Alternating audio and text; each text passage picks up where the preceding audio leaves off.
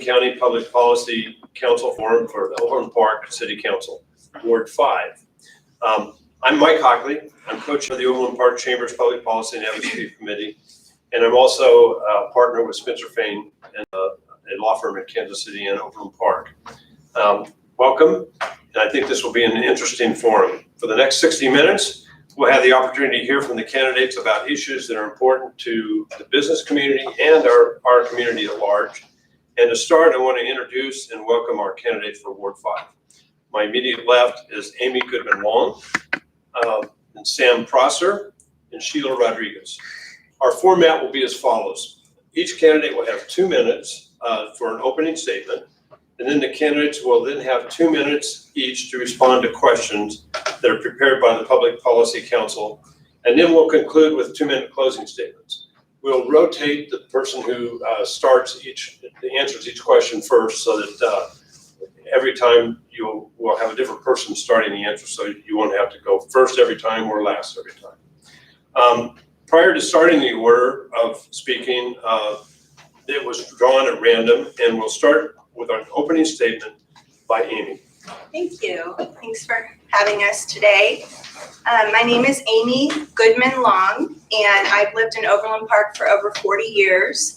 I'm raising my 11-year-old son, who's here in the audience, and will start middle school in about a month. The countdown is on in the Blue Valley School District. Professionally, I've been a licensed social worker for 20 years. I've helped hundreds of families during times of crisis through advocacy work, coordination of resources, and through hospice work when end-of-life care was needed. Many of those people I've had the opportunity to meet were residents right here in Overland Park. I'm running because my vision for Overland Park is one historically that has not been present in policy debates.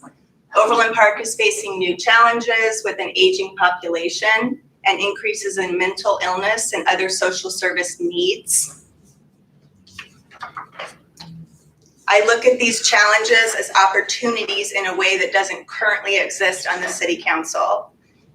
And I look forward to bringing a new, broader perspective to Overland Park politics. Thanks for having me. Thank you, Amy. Next is Sheila Rodriguez. Thank you. My name is Sheila Rodriguez. I've been a leader in the Overland Park community for about 25 years now. I've worked for T-Mobile headquarters, formerly known as Sprint, for nearly 20. And held a variety of leadership positions there. So business development, corporate development, product management development, and most recently program management. I'm proud to have earned numerous awards for my accomplishments and contributions. My husband and I have raised 2 children here in Overland Park. Our daughter just graduated from KU last May, and our son is finishing up his degree at K-State. Both of us are very passionate about preserving Overland Park as an exceptional place to live and to raise a family. I'm running for City Council because I believe our elected officials should serve the people they represent. I believe they have the responsibility to seek input, listen to their residents, carefully weigh opinions on both sides of an issue, and then advocate for them. And I didn't always see that with our current City Council. So instead of continuing to complain, I decided to run for City Council. I believed I could make a difference from a seat on City Council instead of a seat from my living room or office. I appreciate the opportunity to participate today and share my views on our city, a little bit more about me, and the important topics that we'll discuss this afternoon. Thank you. Thank you, Sheila. And like Sam Passer, I apologize for mispronouncing your name. I thought I could leave and somebody else was going to come in. It's that law training. It's Prosser on Torts. That's Stacy Prosser too, you know. My name is Sam Passer. My wife and I have lived here for about 16 years. We have a daughter who's at Blue Valley West and a son who's at Lakewood Middle School. I currently work for a company called TouchNet, where I'm vice president of client services. When I moved here, it's been great. I had a great professional experience. One of the things that I remember first, though, is when we started looking around, we were looking in Prairie Village, we were looking at Leawood, we were looking over in Park, and our realtor said, if you're kind of in between, a good tiebreaker is look at property taxes. It's so much lower in Overland Park. And I said, why is that? And what the realtor said, and Tracy, you might want to get her on the payroll. She said that the partnership between the business community and the residents are really what help drive that additional revenue that comes in. And so the business community partnership really helps strengthen the foundation. So really, before I even bought a home in Overland Park, I was left with the impression that that partnership was key and fundamental who we are. As we moved into Overland Park, because of the low taxes, was one of the main reasons. We enjoyed the schools. I've enjoyed being able to grow my professional career. Whenever I say this, I get a text saying I'm too old to reference this, but as Ingram's 40 under 40, I'm saying I kind of dropped that. The statute limitations of claiming that are way past go. I've won an Impact Award with Kansas City Business Journal. When I was at Block, we did an innovative program that got a U.S. patent. So I really enjoyed participating in the business community. What led me down this path, though, I was encouraged to do leadership Overland Park through the chamber. And I was just so impressed by that balance between the public, the business, the partnership with the city. And I knew when the time came, I wanted to be more involved. And when John Thompson chose not to run for re-election, I thought it was my chance. And so I decided to throw my hat in the ring. So that's me. Thank you, Sam. Now we'll start our questions, and I'll remind you, each of you will have 2 minutes, and there's a timer over here. We'll give you the information about when your time is up. If you have something to finish up real quickly, when she hits the stop, it's okay to go over maybe 1 or 2 seconds, but I'll try to stop on time if possible. So Sheila, the first question will go to you. And that question is, a 1 mil property tax levy increase to fund the recommendations of the Mental Health Task Force has been proposed for 2022. And this is a 2-part question, a 3-part question. Do you support the task force recommendation? Do you support increasing the mill levy for this purpose? And discuss why or why not, and how would you fund the recommendations if you support the recommendations but not the mill levy increase? Okay, thank you. I fully support the recommendations proposed by the Mental Health Task Force. I'm passionate about ensuring every Overland Park resident has access to local mental health resources whenever and wherever they need it. One of the recommendations I'm most excited about is the additional training for our first responders. And so empowering them to diffuse a mental health crisis quickly and effectively is priceless. The only thing I don't agree with is the cost and the funding source to accomplish those recommendations. Although this doesn't generate a substantial overall increase in our property taxes, it does add up. And so as I knock on doors, one of the common concerns I hear from older residents is the question or uncertainty of whether or not they will be able to stay and remain in Overland Park as they continue to age. And so they're concerned about year-over-year property tax increases when their income is not increasing year-over-year at the same rate. I know we have some amazing resources within Johnson County. Folks that have been providing outstanding mental health resources and services for many years now. And so before this tax increase or mill increase is voted on, I would like to see more details on the plan for partnering and collaborating with those subject matter experts within our community.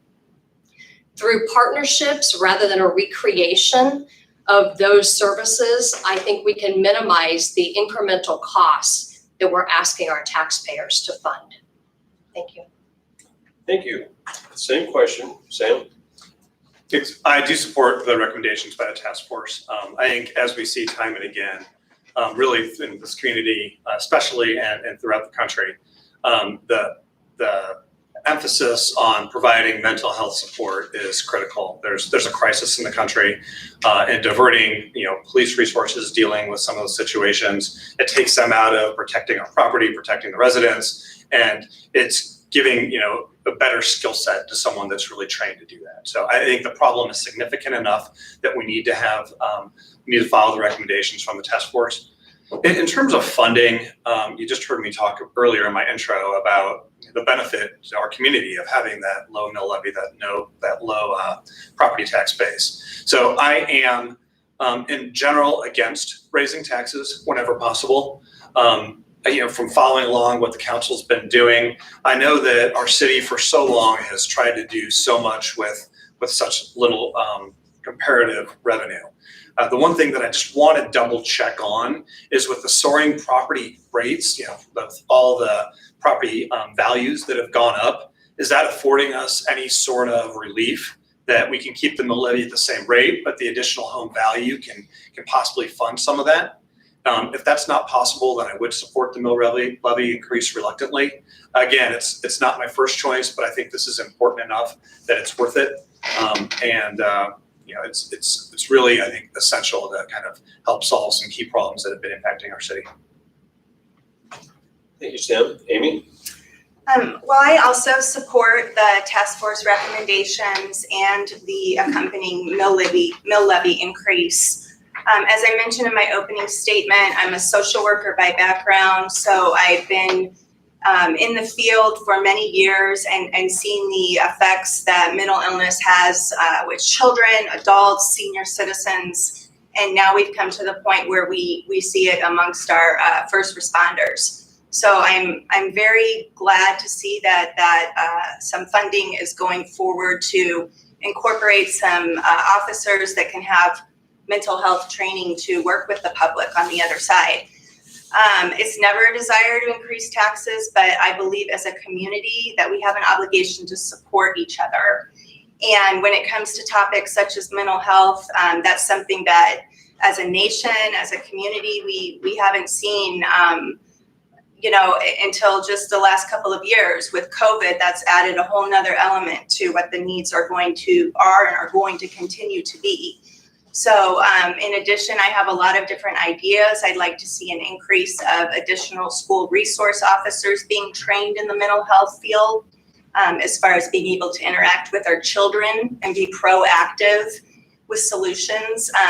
Even with the customer service level of city employees, in addition to the first responders, I think it's important to have mental health training incorporated so they know how to interact with the public and they know how to identify situations and prevent further tragedies such as the one we all know of with John Albers that hit our city hard. But we certainly don't want anything like that occurring. So I think because this is a new thing that the mill levy increase, like both Sam and Sheila said, it's never an ideal. But when you look at an overall budget and where you do have to increase something, I think that morally we have a responsibility to go towards that direction with mental health. Thank you, Amy. The next question, we'll go to Sam first. What changes, if any, would you like to see in the city's proposed budget for 2022? I think by and large, the process that we've done is pretty significant. I like how we're incorporating more feedback from the committees. I think one of the things that we hear a lot of is our roads. And so I think there's a task force out there that is looking at how to make improvements to the roads. I'm very interested to see what they come back with. I know there's some varying opinions on what makes sense, but I think that would be one of the bigger items that we should consider.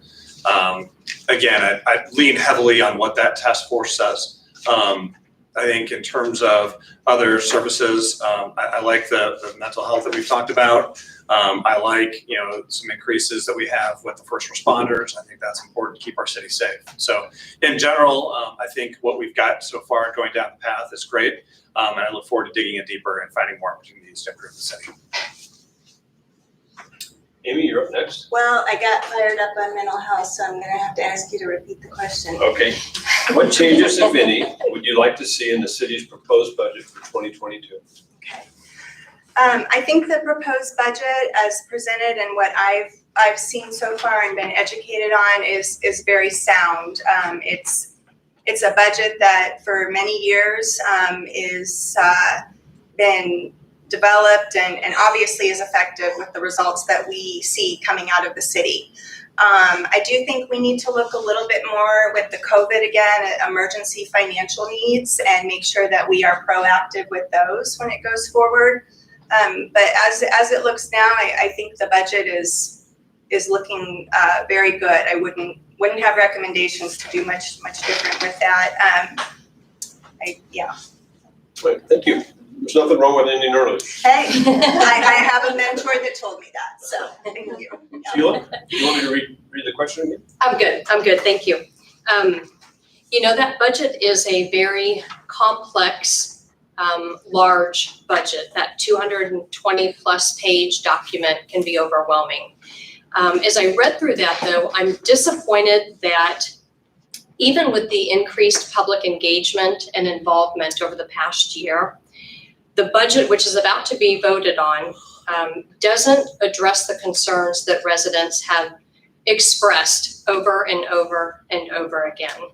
And so my concern is that by ignoring those concerns, it just generates more questions around where our tax dollars are being spent, how our tax dollars are being spent, and it just increases the frustration I hear residents have with our local officials not listening, or they feel like are not acknowledging their concerns. So before the 2022 budget is approved, I would like to see changes made to, first, a reinvestment in our core infrastructure and our public amenities, and then 2, avoid a tax increase that would jeopardize our economy from fully recovering from the pandemic hardships. I think as we emerge from the pandemic, 2022 should not be the year that we propose a 9.6% overall increase in the current budget, which includes the 1 mil levy increase and a 38% increase over the current spending levels. Thank you. Okay, Amy, you'll be first this time. What role, if any, do you believe the city should play in economic development to bring jobs and capital investment to the community? Well, I believe the city needs to balance the need for economic development, as Sheila spoke of, with obviously the wishes and needs of the citizens. Tax incentives is usually the number one topic as far as attracting new development. On the issue of tax incentives, support them continuing on a case-by-case basis. I think every project should be looked at in its own merit. I think you have to analyze proposals based on different industries and what the city needs and what we need to accomplish to have a balanced group of businesses within the city. I strongly believe in taking incentives and going back into areas such as 91st and Metcalf with the incentives that were given to redevelop that strip. I think we do need to go back and look at the needs of the city on a whole and make sure that we are continuing to prevent blight to certain areas. So I would definitely support tax incentives on that end. But from a forward progressive stance, I do think that we need to continue to also look at using tax incentives in appropriate ways. Overland Park is an attractive place for people to want to come to live, and we want to continue to offer the opportunities that attract those people, and that will come through opportunities for new development. But ultimately, I believe that every incentive case needs to be looked at on its own merits, what the developer offers, what the benefit will be to the city and to the citizens of the city. Thank you, Amy. Sheila, you want to read the question again? I'm good, thank you. I think the city plays an important role in not only the economic development, but defining and implementing the overall long-term vision for the city. I think we need reliable data to make solid decisions. I think we need strong public engagement and the flexibility to adapt when circumstances change. And that includes amending the budget that may have been previously approved. Overland Park is clearly attractive to new and expanding businesses. And I believe most commercial development will occur organically and without the gift of tax incentives.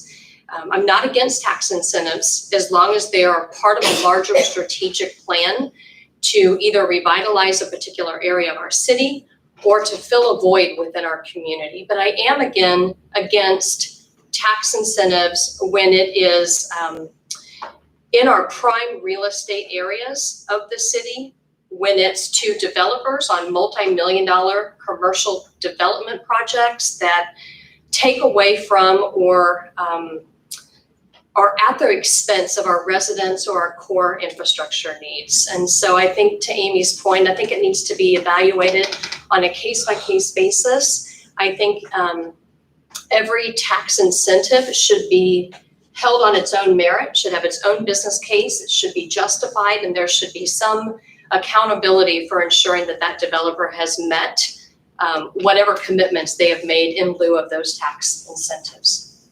Thank you. Sam? One of my most lasting impressions from Leadership Overland Park is we did an exercise where they handed us a group of scenarios and they said, read these proposals and see if you think any of these are worthy of any tax incentives.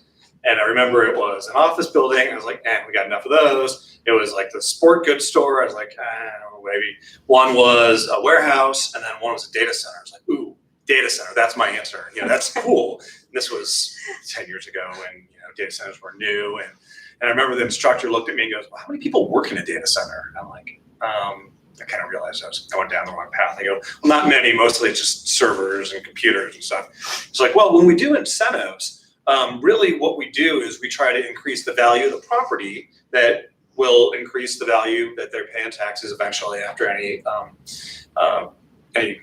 tax incentives or go away. But then also being able to draw some sales tax. And so really I was getting no people and no sales tax out of my data center. So I almost got kicked out of Leadership Overland Park for my awfully bad answer. But the point why I'm sharing that embarrassing story was I learned, and when I walked away, I was so impressed by the methodology that the city and the chamber have when we go out and we're trying to develop new ideas. And it's not just about, hey, we're going to throw money at people building yours. This is an investment. So just like I invest in the stock market, my 401k, the city invests in bringing companies here and growing businesses.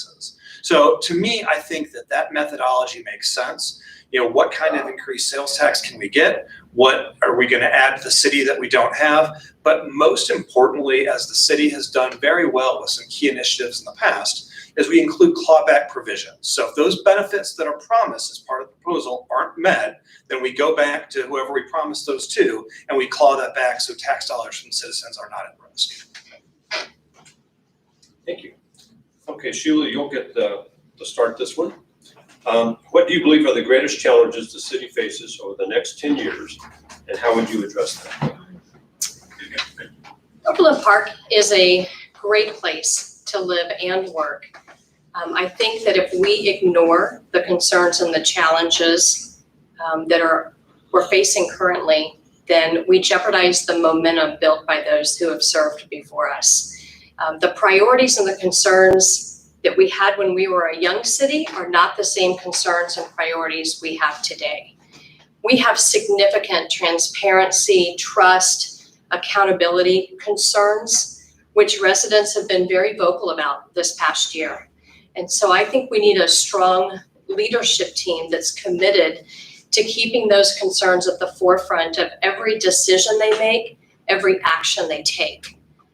No resident should be surprised to learn that our city council is about to vote on a toll lane, or about to approve a tax increase, or they are about to have a section of their subdivision rezoned, or any other matter that potentially impacts their quality of life or their property values. And so I think we also have significant challenges on things like finding a sustainable solution to our aging infrastructure, increasing affordable housing, and then filling commercial real estate with those businesses that have left, they've closed their doors, or companies who have downsized because they no longer need the amount of office space they had pre-pandemic.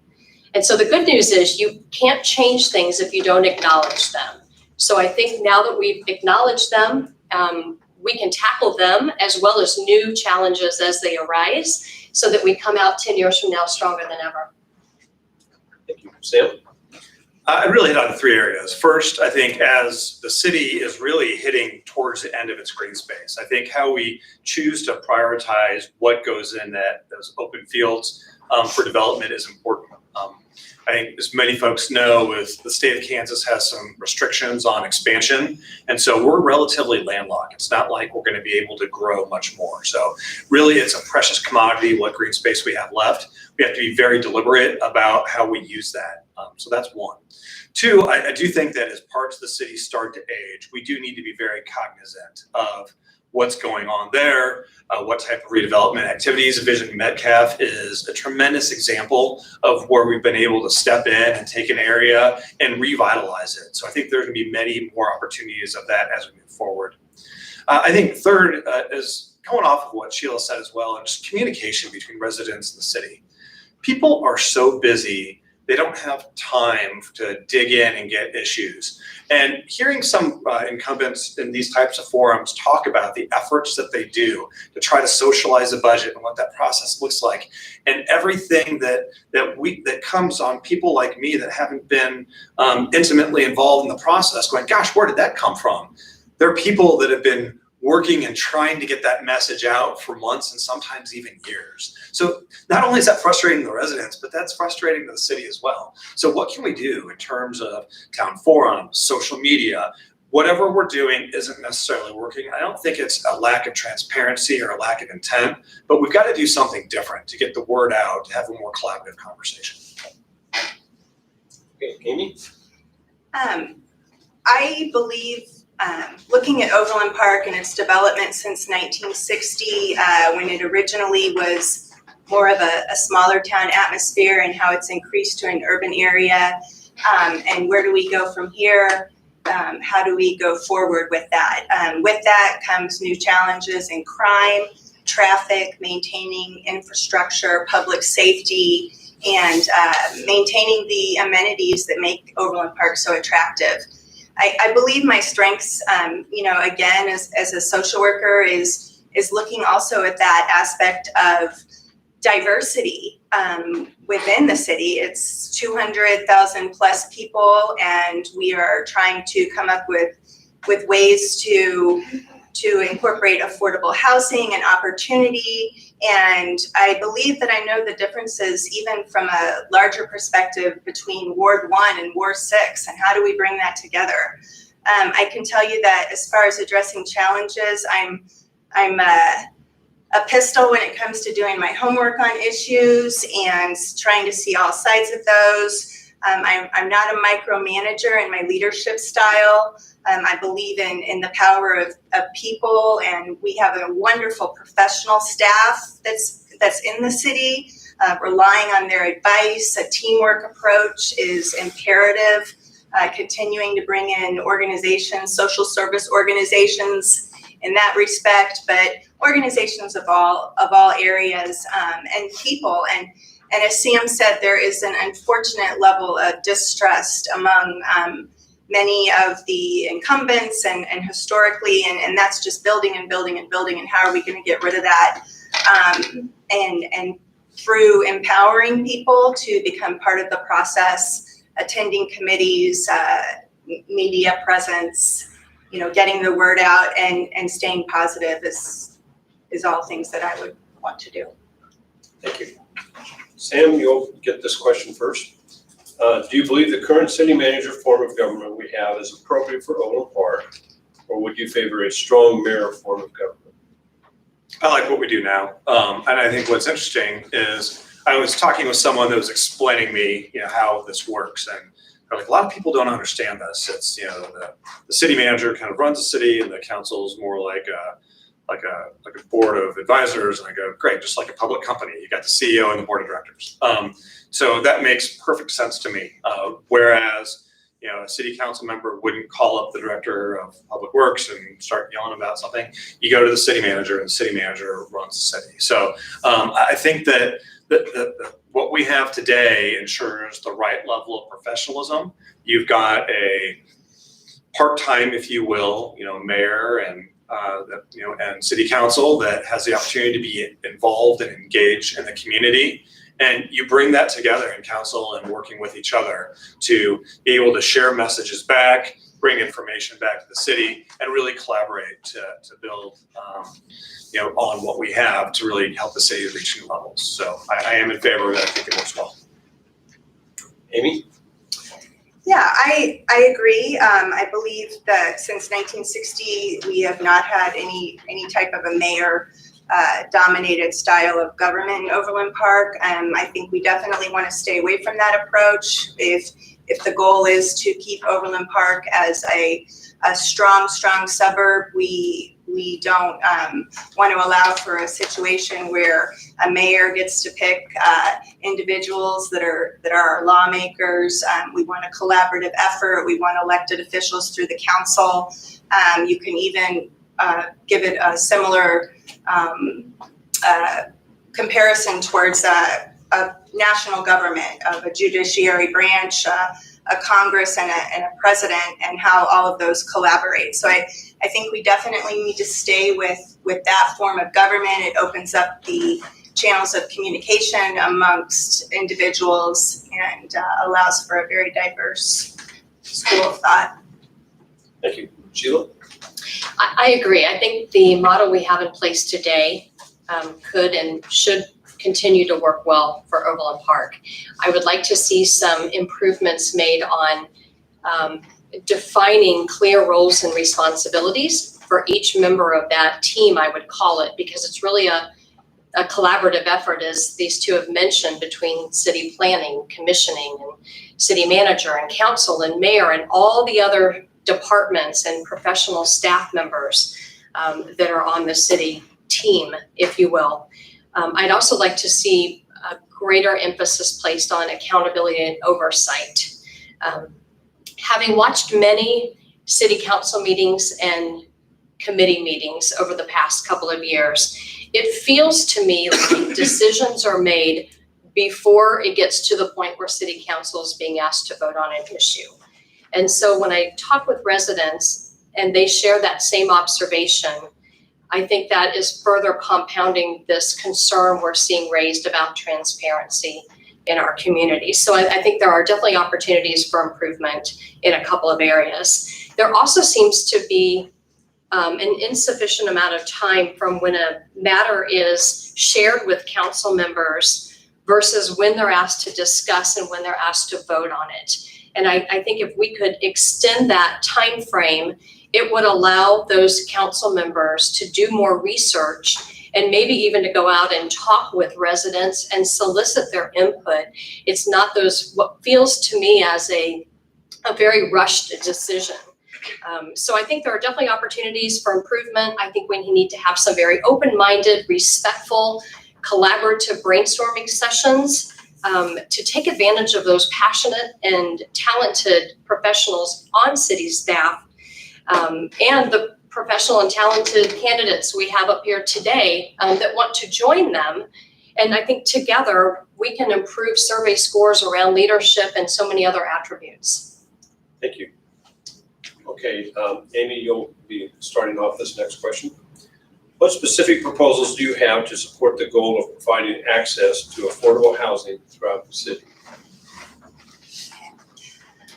Just recently in the last week, it was announced that the city was participating in the conversion of a hotel at I-435 in Metcalf to affordable housing type apartments. And I was incredibly excited to see that. I think is a hallmark initiative to have something of that availability right in the heart of the city that gives access to a major corridor, puts people among a great school district of the Shawnee Mission schools and places that they can work and exist. So I think, we need to continue to build on that. We need to continue to build on the existing housing stock that we have, revitalizing those, supporting revitalization of that.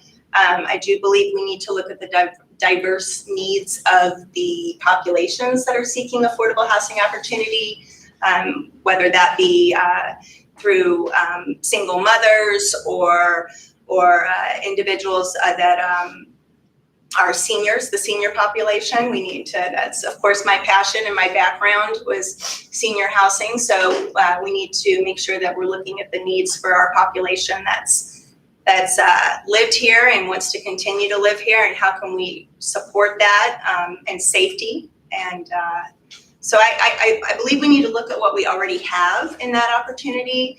I don't think going towards a direction of new construction is probably realistic when it comes to affordable housing, especially in Overland Park, and given that most of our green space is in Ward 6. But I do think that we do need to have affordable options throughout the entire city, from Ward 1, 2, 3, 4, 5, 6. And we need to promote opportunity for someone to come and live wherever they would like to live in Overland Park. Great, thank you. Sheila? I think affordable housing options ensures that a city is welcoming to a diverse population. I think if it's well thought out, rezoning changes could facilitate some additional types of housing options within our community that we don't have a lot of today. The smaller homes on smaller lots, the patio homes, cottage style homes, townhomes, for example. I believe we have a higher demand for new single family neighborhoods than we have for more unaffordable luxury apartments. I believe that if we continue looking for creative solutions, as the one Amy just referenced, we can increase the availability of affordable housing options, not just for those who live in Overland Park and work in Overland Park, but for those young adults who just graduated from college, or those older residents on a fixed or lower income. I think the conversion effort that Amy spoke of is a step in the right direction. I think that's the third property that the city has approved to convert, which was an extended stay hotel into 1-bedroom and studio units. But we can't stop there. That alone is not going to solve this issue. I would much rather see, excuse me, a property repurposed than to see it sit vacant year after year, like the Wright Career College at 435 and Metcalf. So I'd like to see us explore more of those types of opportunities in lieu of new construction. Sam? I think a couple options. One is, first off, it is important to have a diverse workforce and a diverse community, and having affordable housing is important. Not only attract that diversity, but also to be able to have affordable housing for young professionals, attract people that can live here all their lives. I think a couple things. One is I really support the redevelopment efforts that have been previously discussed. But I also would like to chime in that a couple weeks ago, I had the opportunity to speak with some folks with the Kansas City Home Builders Association. And I asked point blank, hey, what are your constituents? What do you do? Or do you folks just want to build big McMansions? And what happens to me quite a bit is I got laughed at. And what I learned was that the organization, their members, have some very innovative ideas. And really going back to that whole public-private partnership, bring in the experts, bring in the developers, and say, what can you do to help build some affordable housing in this green space? Let's not assume that everything has to be $1 million home. What are the innovative trends that people that are leaders in the industry can come and show us? So I think it's a confluence of options here. It's redevelopment, it's planning ahead, it's bringing the right folks around the table to make educated decisions that are really going to help us hit the next level. Okay, we'll move on to our 7th question already. Sheila, this will be for you. Since its founding in 1960, Overland Park leaders have had a long history of visionary planning. What do you believe the city should do today to ensure the city's prosperity for the next 60 years? A reinvestment, as I've mentioned, in our core infrastructure, public services, and public amenities would be at the top of that list. I have a deep appreciation for the visionary leaders who founded our city 60 years ago. But the model that worked over the last 60 years will not work for the next 60 years. It's not sustainable, and we need to make changes. I think it's time that we reprioritize and reinvest in us, the residents, and focus on improving what attracted us to Overland Park to begin with. the neighborhoods, the schools, the parks, our community programs and resources, all of those things. Somewhere along the way in building our first-class city, I think we lost sight of some of those assets that we have and put them on a back burner. And so instead of proposing tax increases now to renew that focus on some of our best assets, we should be working with our talented professionals within our city staff to determine what funds do they need to eliminate chip seal, to replace the curbs and sidewalks in their neighborhood, to install those ADA ramps at those intersections that don't have them yet, to improve the parks, etc. I think those should be the first line items in our budget going forward. And the other side of me tends to think that we're kind of having a bit of an identity crisis right now. So I think having a long-term vision that is created by not just city council and a mayor, but chamber and all of the other professionals within that team I spoke of earlier, along with a large amount and diverse amount of our population across the city, north, south, east, west, to go into that visionary plan is going to be key.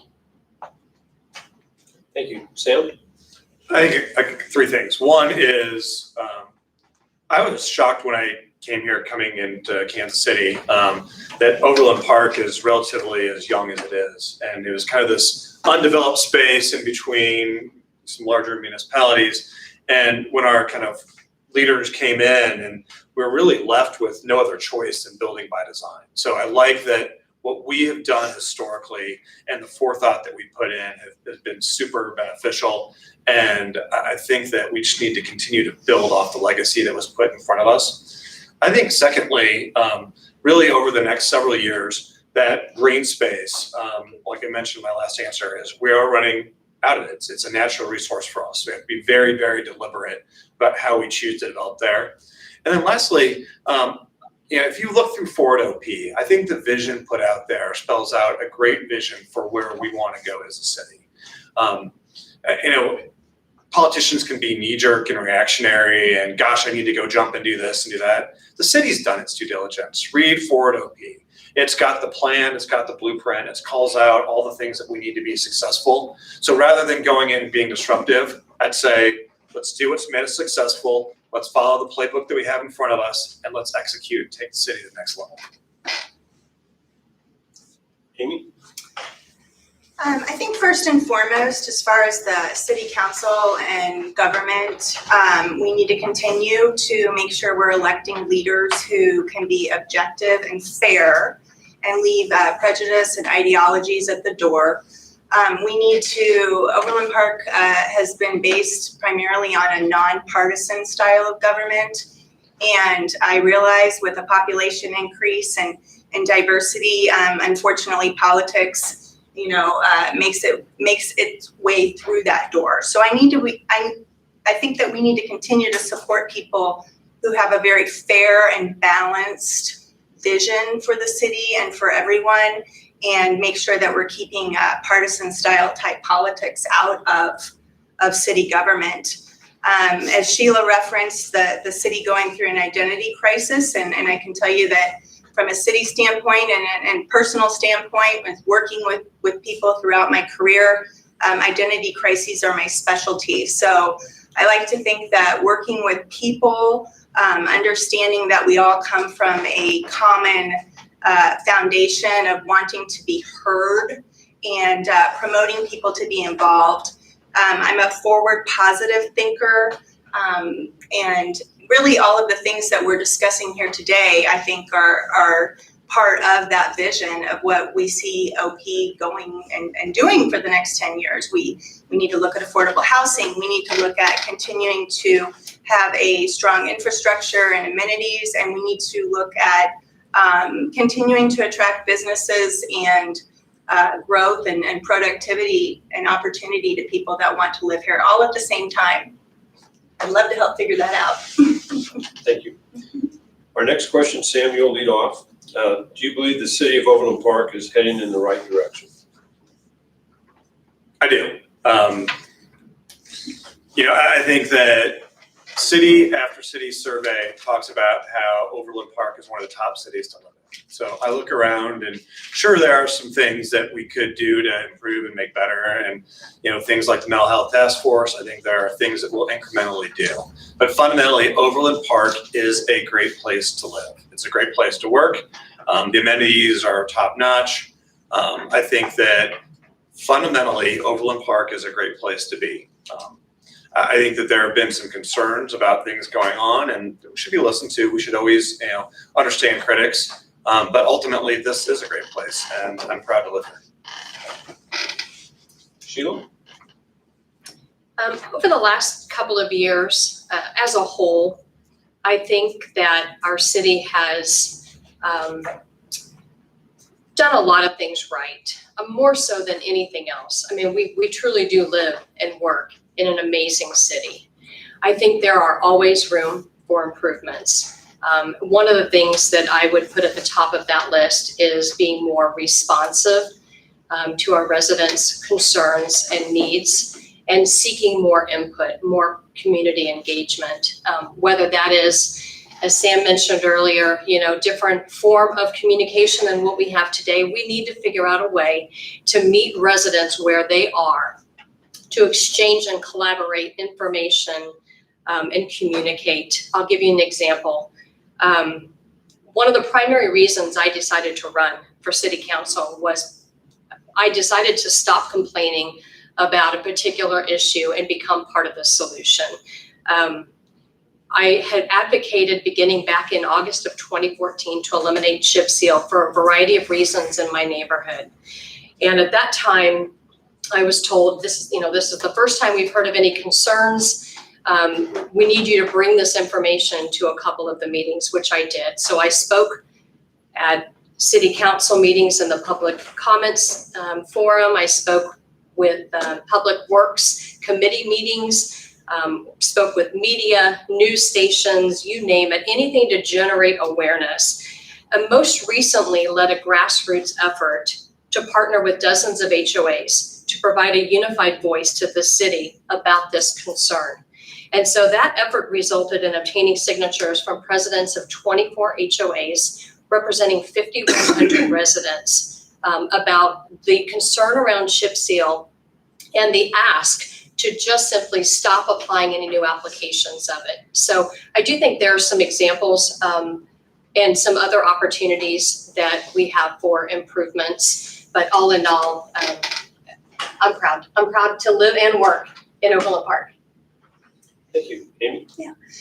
I think first what we have to maneuver through, to reference back to what I said earlier, was just kind of a general distrust that's developed throughout the city council and the incumbents and different people. I can tell you from having personally witnessed 16 plus years of someone being involved that quickly addresses an email or is willing to go meet with someone and or a neighborhood or a group of individuals. The response time is top notch, and usually that's with the majority of the incumbents as well. So I think we need to get past situations where we're continuing to promote that sense. There's a lot of reasonable people. There's been a lot of reasonable development. The biggest thing is that there's a difference between allowing someone to be heard and maybe not being able to provide that person the answer that they want. And that's just simply not possible when you have a city of over 200,000 people. There's ways that you can do it respectfully and stand your ground on issues without tearing down city staff or anybody that's been in it before. So overall, yes, 100% Overland Park is going in the right direction and will continue to go in the right direction. But I think we need to take that essence of distrust out of a lot of individuals that have given a lot of time to developing the city and making it to where we all want to be here tonight. Okay, thank you. I think I got out of order last time, so you're going to be Oh, So, this is the last question. Okay. So, You ready? I'm ready. Do you believe the City of Overland Park City Council is responsive to the needs of the community? And what is your approach to governance? Okay. Well, I'll just keep talking. I'll just keep building on my last answer then. I definitely believe that this city is one where we have a top-notch staff. We have individuals that have given their time and often at a very low incentive financially to do so, to build a wonderful community that's very, very safe and very harmonious for the most part. And I think that we will continue down that road. We have roadblocks and things that we need to address that are specific. But I have a strong feeling that we will get through what's going on right now as far as our challenges, and I would love to be a public official to help continue to promote that in Ward 5, but also in the city as a whole. All right, thank you. Sheila? I'll kind of build on my answer to that last question as well, and just say that in addition to the chip seal issues, I was very involved in communicating and sharing information with our neighborhood regarding the 69 toll lane. And so based on those last two most recent examples, I think we do have an opportunity to do better. I think we deserve better. We should expect better. But I'm looking forward to taking that frustration and personal experiences that I had on how several issues were handled over the last couple of years.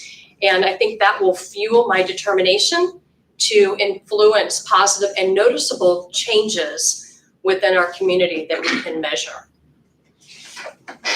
Hey, Sam? So I guess a couple things. One is, in terms of city council, just kind of speaking from a personal story, I was walking one day and I saw, this piece of sidewalk need to be repaired, and I was like, what do I even do with this? So I went to OP Cares and filled out a ticket, and literally within 48 hours it was fixed. So I think that a lot of times people think, I need to go talk to city council, this part of the sidewalk's broken. I think that that's a balance between, we talked earlier about what the city does and what council does. So I'd like to try to lift out of some of that day-to-day and instruct citizens on how to use some of the tools like OP Cares. I think the other piece is, I had the opportunity to attend a forum where there were some residents that were upset about something, and there were three council members there kind of trying to help shift that organization to best understand, what their path was going forward. And I think that one of the things that I've seen is that a council member can help advise on the process. Council member can listen and can help share, what's going on with the larger piece of the city. Because I think what happens sometimes is the council member is the voice from the city or from the residents back to the city. I think there's a fiduciary responsibility back for the voice to the city, back to the residents. As I've been going door to door talking to people that are upset about things, I find myself asking a lot, well, why are you upset about that? What would you do differently? And a lot of times it's preconceived misinformation. And it's not that these residents are bad, and I'm not faulting them at all. It's that there is an assumption of the worst. There is some play in the media, and I think there are some people that are trying to, turn us against each other. So I think a huge role with the council is not necessarily being pro-establishment, but really standing up for what's right and not just letting people get upset and just make that worse. I think we have a responsibility to build coalitions and work together and really help drive for mutual beneficial results. Okay, thank you. That completes the question and answer portion of this format, and so we're going to close with each of you having 2 minutes to make your closing statement. And Sheila, we'll start with you. Okay, thank you. The passion that I have for our city and our community and the place where I not only live but work has fueled my eagerness to improve the quality of life for my neighbors, my children's schools, our community, whenever I've had the opportunity to do so. And so if provided an opportunity to serve on city council, I look forward to taking those 25 years of professional experience and community involvement to the position. One of the things that I'm known for at work is taking a complex problem, building or assembling a cross-functional team across multiple departments, developing a solution, and then implementing it really quickly. So applying those same skills in city council to foster transparency and accountability and measurable progress will help restore trust and confidence in our residents. I think this election is all about transitioning to a new era. The voters will vote for a new mayor. They'll vote for a new Ward 5 city councilman. And based on my track record, I truly believe I can make a difference as we transition our new governing body into a more energetic and dynamic and responsive collaborative team. So I just want to thank the Chamber for an opportunity to share a little bit more about who I am, what my views are for many of the topics that we've spoke of today, and my vision for Overland Park.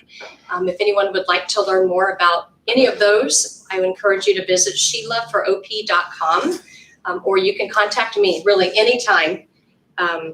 Thanks for the opportunity to participate, and thanks in advance for the voters who go out and cast your vote on or before August 3rd. All right, thank you. Sam? Overland Park's pretty interesting these days. You've got headlines that pop out that say we're a top 5 city, we're a top 4 city. You see those nearly every few weeks. Some other magazine or publications talking about how great we are, and then you have this groundswell of discontent.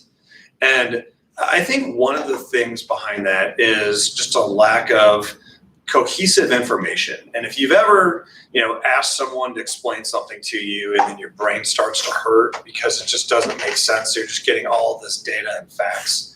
I think one of the things that happens to me at work all the time is when that data and facts start flowing, someone inevitably turns to me and says, "Would you explain this to me?" And I think I've got a knack, at least I've been told, is to simplify the complex. So you take these 20 data points, you synthesize them, you tell it in a cohesive story, and you say, this is what's going on.